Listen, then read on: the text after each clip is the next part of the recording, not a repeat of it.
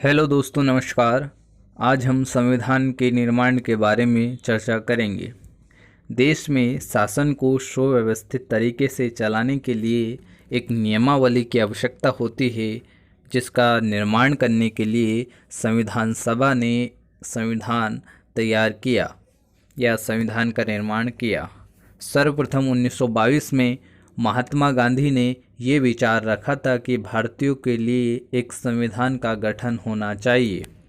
इसके पश्चात 1934 में एक साम्यवादी नेता एम.एन. रॉय ने पहली बार एक संविधान निर्माण के लिए संविधान सभा के गठन का प्रस्ताव रखा।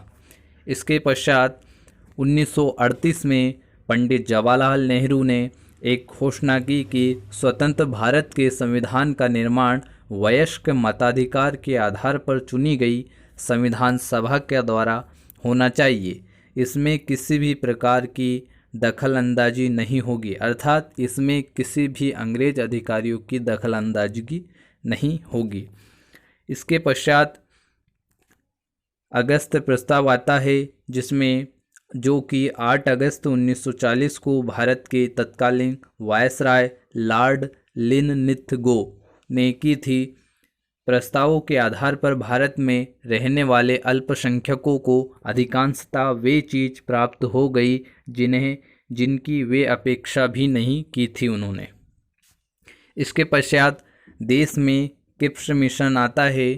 ब्रिटिश सरकार ने संवैधानिक निर्माण या अर्थात संविधान का निर्माण एक प्रारूप तैयार किया और सन 1942 में उसे स्टैफोर्ड क्रिप्स के हाथों में भारत भेजा।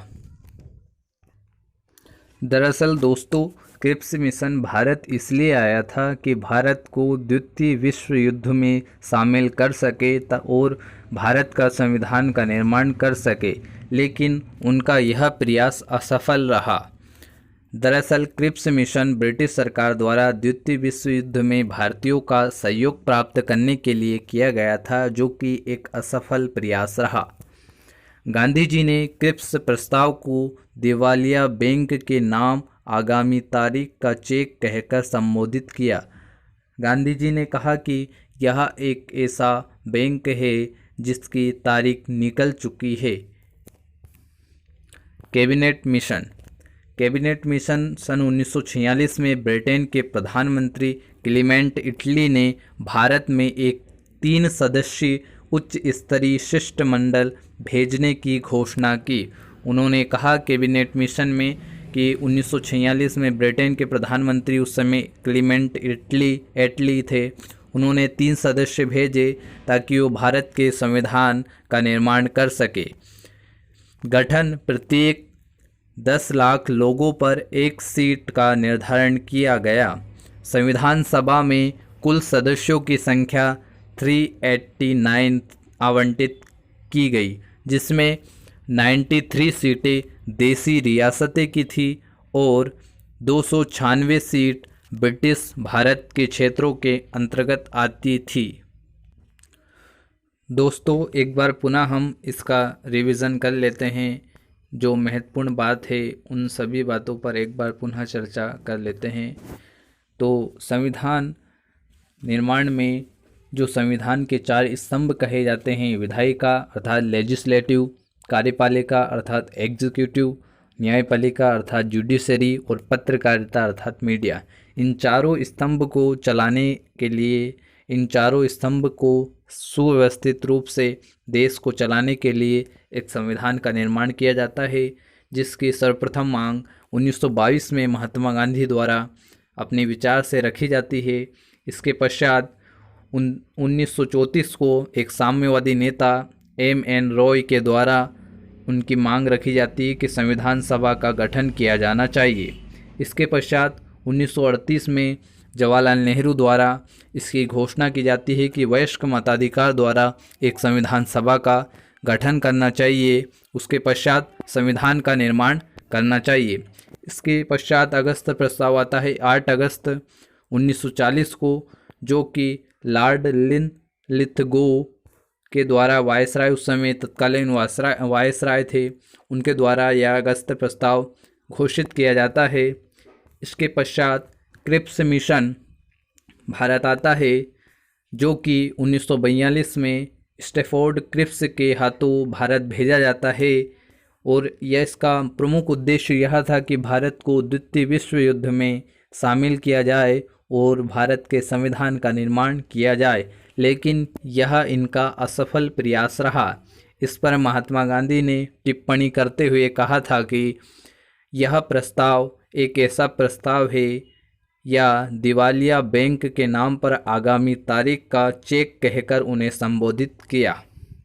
इसके पश्चात कैबिनेट मिशन का गठन किया जाता है, जो कि 1946 में ब्रिटेन के प्रधानमंत्री क्लीमेंट एटली ने भारत में 3 सदस्य उच्च स्तरीय शिष्टमंडल भेजने की घोषणा की, अर्थात उन्होंने 3 सदस्य की एक समिति भारत भेजने की सिफारिश की और भारत के संविधान के निर्माण में एक महत्वपूर्ण भूमिका निर्माण किया।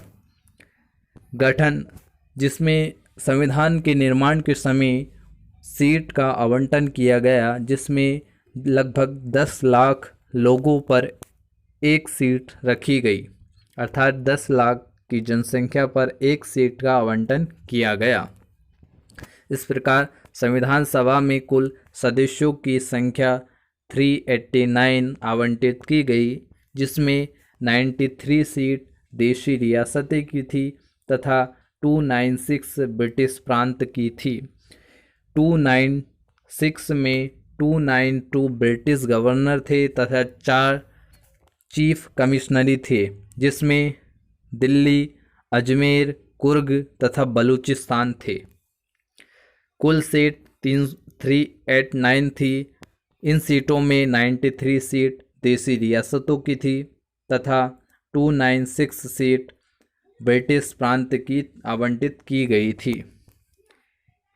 और दोस्तों इसमें 4 चीफ कमिश्नरी थी, जो कि 296 सीटों में ही 4 कमिश्नरी सीट बनाई गई थी, जिसमें दिल्ली, अजमेर, कुर्ग तथा बलूचिस्तान थे। तो यह भी इम्पोर्टेंट है कि आपसे पूछ सकते हैं कि बताइए संविधान सभा के गठन में 4 चीफ कमिश्नरी क्षेत्र कौन से बनाए गए थे। तो आपको याद होना चाहिए कि दिल्ली, अजमेर, कुर्ग, बलूचिस्तान ये 4 सीटें कमिश्नरी सीट कही जाती थी। और 296 सीट में 208 सीट कांग्रेस को मिलती है तथा 73 अर्थात 73 सीट मुस्लिम लीग को मिलती है और 15 अन्य सीट मिलती है, जिसमें 8 निर्दलीय होते हैं तथा 7 अन्य पार्टी के होते हैं। और संविधान सभा के गठन में कुल 15 महिलाएं उपस्थित होती है।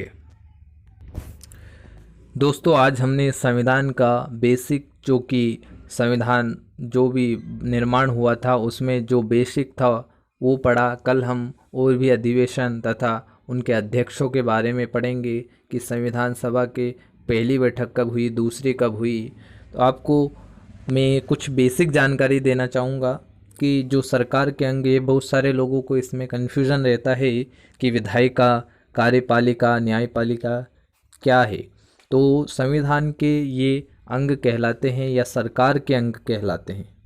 विधायिका अर्थात लेजिस्लेटिव, जिसके अंतर्गत केंद्र और राज्य सरकार में केंद्र में आती है संसद और राज्य में आते हैं विधानमंडल या विधान परिषद।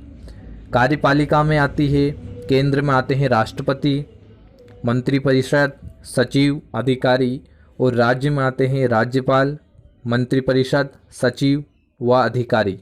न्यायपालिका में सुप्रीम कोर्ट, हाई कोर्ट और डिस्ट्रिक्ट कोर्ट आ जाते हैं। और चौथा है पत्रकारिता अर्थात मीडिया। विधायिका का मुख्य कार्य होता है किसी विधेयक को पारित करना और उस विधेयक पर जो कार्य किया जाता है वह कार्यपालिका के द्वारा किया जाता है। और न्यायपालिका का काम होता है कि उस विधेयक द्वारा पारित किए गए कानून पर यदि कोई गलत कानून अपनाता है या उसका विरोध करता है तो उस पर न्यायिक सुविधा या न्याय करने के लिए न्यायपालिका का गठन किया गया। और पत्रकारिता का काम होता है सरकार की कमियों को उजागर करना तथा जनता को हो रही परेशानियों के बारे में सरकार को अवगत कराना। तो ये बेसिक जानकारी थी दोस्तों जो मैंने आपसे शेयर की। कल हम संविधान निर्माण की आगे की जो भी प्रक्रिया है उसके बारे में पढ़ेंगे। बहुत बहुत धन्यवाद दोस्तों। और जाते समय यही कहूँगा कि आप चैनल को सब्सक्राइब करें, लाइक करें और कमेंट करें। धन्यवाद।